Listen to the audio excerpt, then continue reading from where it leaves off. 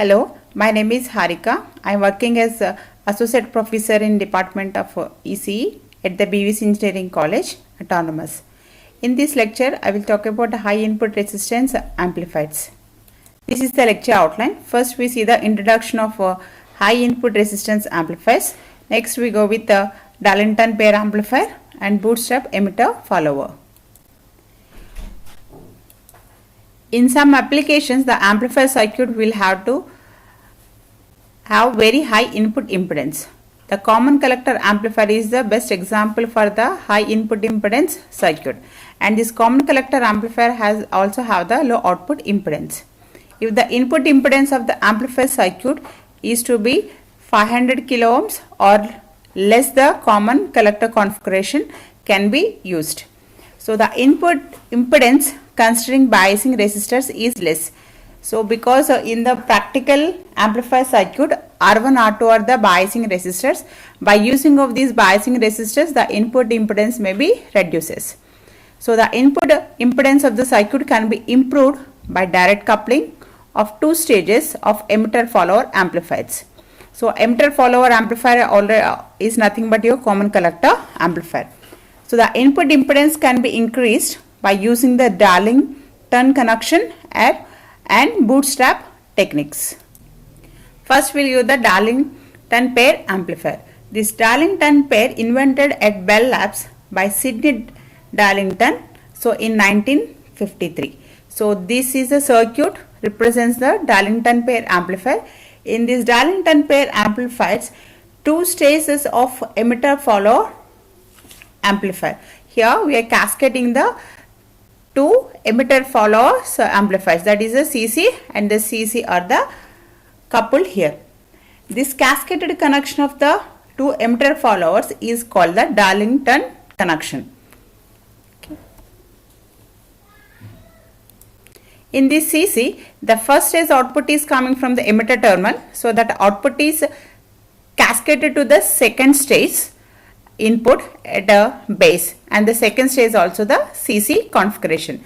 So here we are cascading of CC amplifiers. So in this case, let us assume that the load resistance RL, okay, at your second stage, the load resistor RL is such that RL HO is less than 0.1. So therefore we can use the approximate analysis method for analysis of second stage. So the second stage is satisfies the condition for the approximate model. So that is RLHY is the less than 0.1.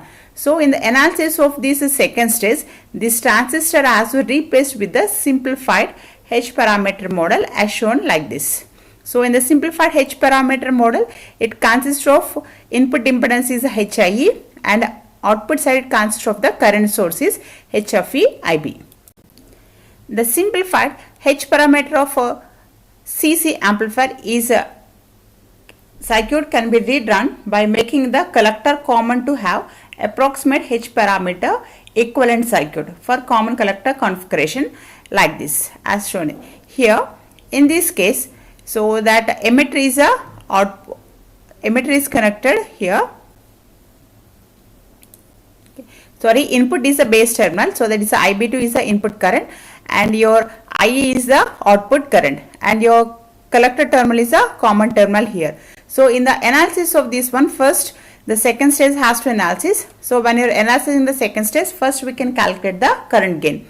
So the current gain of the second stage is defined as the output current by input current. So the output current flowing through your load resistor here is the RE. So the current flowing through your RE is the I0. So this current and the IE is in the both are the same but in the opposite direction. So that is the reason why that AI2 we can again write it as minus IE by IB. So whereas IE is equal to, so IB at this node if we consider, so that is IB plus HFE IB and total current is IB. So when you common that IB from this numerator, then we will get the current gain of the second stage AIT is equal to 1 plus HFE.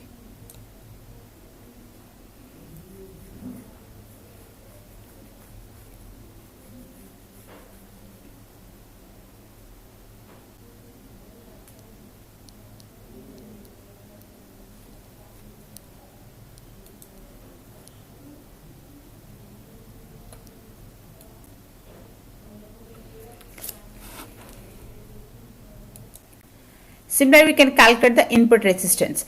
Input resistance of the second stage is defined as Ri2. So that is the input voltage by input current. So input voltage here is the V2 and input current is the Ib2. So to get this relation, just in this loop, in the output loop, we had apply that KVL. So when you're applying the KVL, here V2 minus the drop across this one. So and here the drop across your output resistance. So that is a V2 minus Ib2 Hie minus I0 Re equal to the 0. So from this one, we can calculate the ratio of V2 by Ib2. So the ratio of V2 by Ib2 is nothing but the input resistance. So that is your Ri2. So Ri2 is equal to Hie plus Ai2 into Re. And we already calculated the Ai2 value. So after substituting that input impedance Ri2 is equal to Hie plus 1 plus Hfe into Re. And in this case, that input impedance Hi is very less than compared with the 1 plus Hfe into Re. So because of that reason, so that input resistance Ri2 we can write it as 1 plus Hfe into Re. After calculating the second stage current gain and the input resistance, next we have to calculate the voltage gain. But we already know that common collector amplifier, the voltage gain is a unity. So that's the reason why here we are not calculating that one. And next we are going the analysis of a first stage. So we can see that the load resistance of the first stage is the input resistance of the second stage, that is Ri2. As Ri2 is high, usually it does not meet the requirement HOE Ri2 is the less than 0.1, and hence we have to use the exact analysis method for analysis of the first stage. So we doesn't use a simplified. So just we use the exact method. So according to your exact method, so this figure shows the AC equivalent of the first stage. Okay, from this figure, just we can calculate after applying the KVLs and everything. So that is a I1. So current gain of a stage 1, that is equal to 1 plus Hfe by 1 plus Hy into 1 plus Hfe into Re. And similarly, so we'll get the input resistance Ri1. So the input resistance, your Ri1 usually defined as input voltage Vi by input current is the Ib1. So Vi by Ib1. So after solving that one, we'll get this formula for relation for the input impedance, that is 1 plus Hfe whole square Re by 1 plus HOE Hfe into Re. And here next we can calculate your overall current gain is Ai. So the overall current gain is Ai is equal to product of current gain of the first stage into current gain of the second stage. After substituting your Ai1 and Ai2, then we'll get the overall current gain. Ai is equal to 1 plus Hfe whole square by 1 plus Hoe to 1 plus Hfe into Re. In single stage analysis, if you see that input resistance is Ri is equal to 1 plus in the simplified method. So 1 plus Hfe into Re. Whereas in the Darlington pair, so this is a Ri1 is gives the overall input impedance of the amplifier. So just by observing these two equations, so that input impedance is increased by the Darlington paired amplifier. So because in the single stage we are having only 1 plus Hfe Re, whereas in this case 1 plus Hfe whole square into Re by 1 plus Hy Hfe Re. So the input impedance is increased by using your Darlington pair amplifier.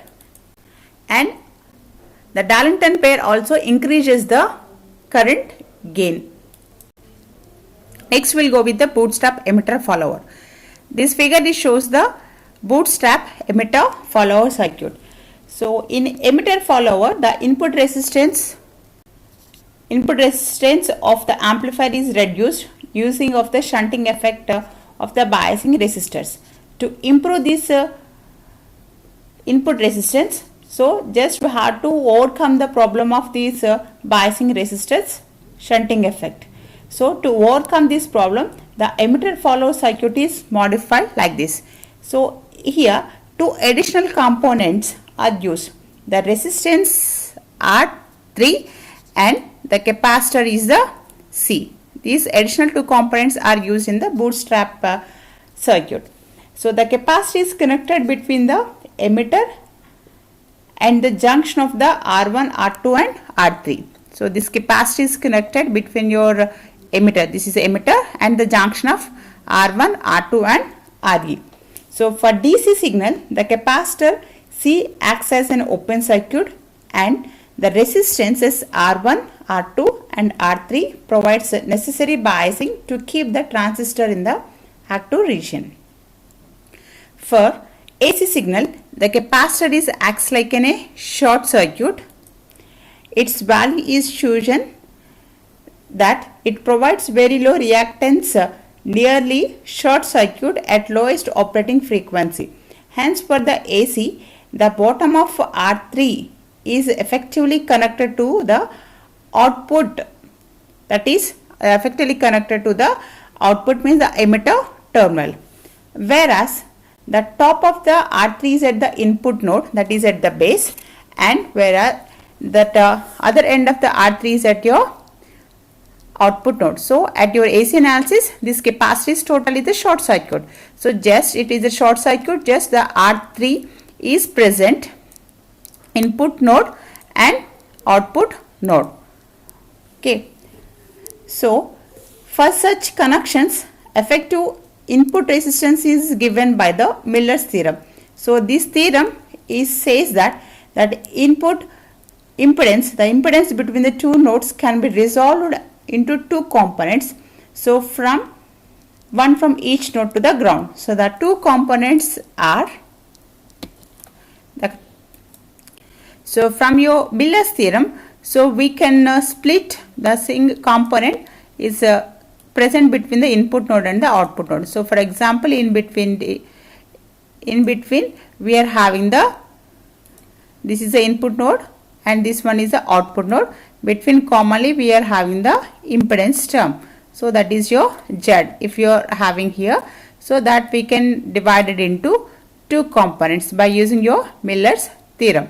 So that two components are this one, Z is equal to, so that is the impedance term, Z by 1 minus K and Z into K by K minus 1. So this Z is a common impedance, like here what I am representing, and the K is nothing but your gain. So here the K is nothing but voltage gain is the AB. So that is AB is equal to V naught by VI.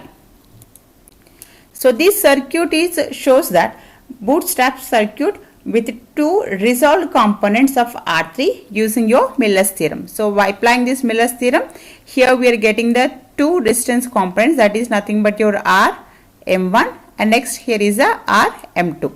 So these two are the resolved components with respect to the R3, which is common between the input node and the output node in the AC analysis. So